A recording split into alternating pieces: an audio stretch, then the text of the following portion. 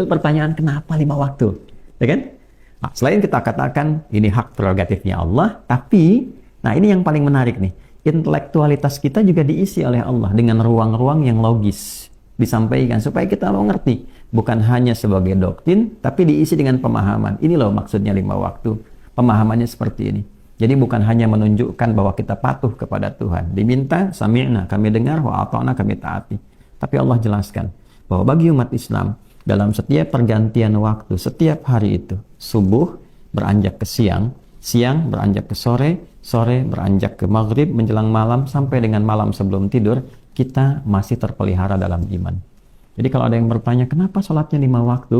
Untuk memberikan kesan penguat bahwa umat Islam dalam setiap waktu, dia berpegang teguh dengan sikap kebertuhanannya. Dalam bahasa yang singkat, umat Islam itu setiap waktu, dalam setiap hari, dia masih bertuhan. Ya kan? Nah, jadi jangan sampai terjadi apa yang Nabi sampaikan. Ya akan ada orang-orang yang paginya bertuhan, sorenya nggak bertuhan.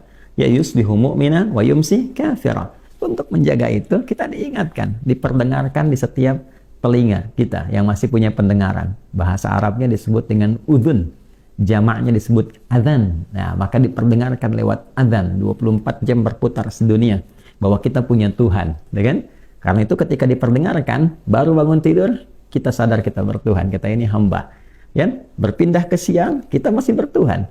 Ya, sore masih bertuhan. Ya, mau maghrib masih bertuhan. Malam sebelum tidur pun kita adalah makhluk yang bertuhan.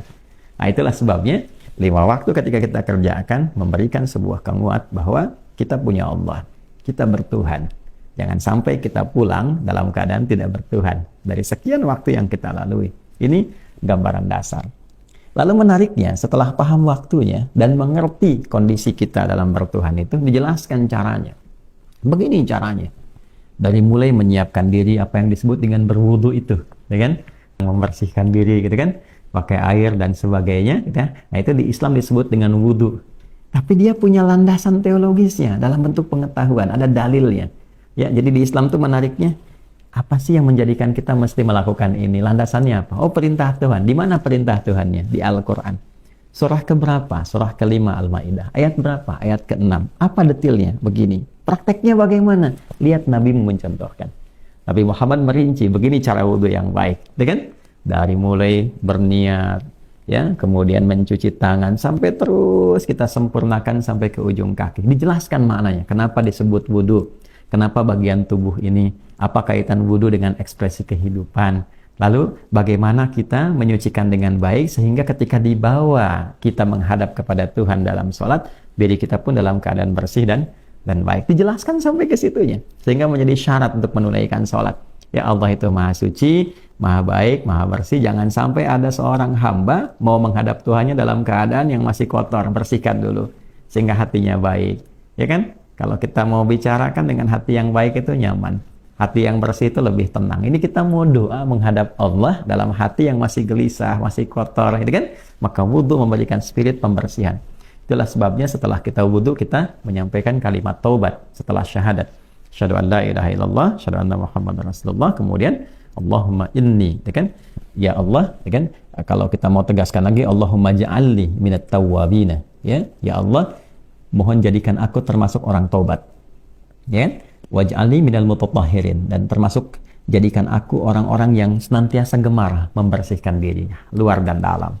Jadi spirit wudhu itu bukan hanya nanti dipakai dalam sholat. Orang yang sukses wudhunya, dia bisa gunakan aura wudhu dalam kehidupan.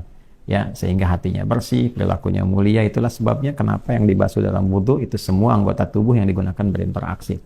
Spiritnya adalah supaya ketika dipakai pasca wudhu, semua bagian tubuh, ujung kepala sampai ujung kaki, semuanya baik. Ya, baru menghadap kiblat. Dijelaskan mengapa menghadap kiblat, kiblatnya kemana. Kalau kira-kira mencari nggak pas, ya bagaimana mengondisikannya. Kalau nggak tahu kiblat seperti apa, lengkap dalilnya. Ya, dari mulai Quran surah kedua Al-Baqarah 144 menghadap ke arah kiblatnya, sampai kalau kita nggak tahu kiblat bagaimana, turun Quran surah kedua ayat 115. Lalu kalau sudah nanggung, apakah dapat pahala atau enggak? Nanti dijawab di Al-Baqarah ayat 143. Semuanya detil.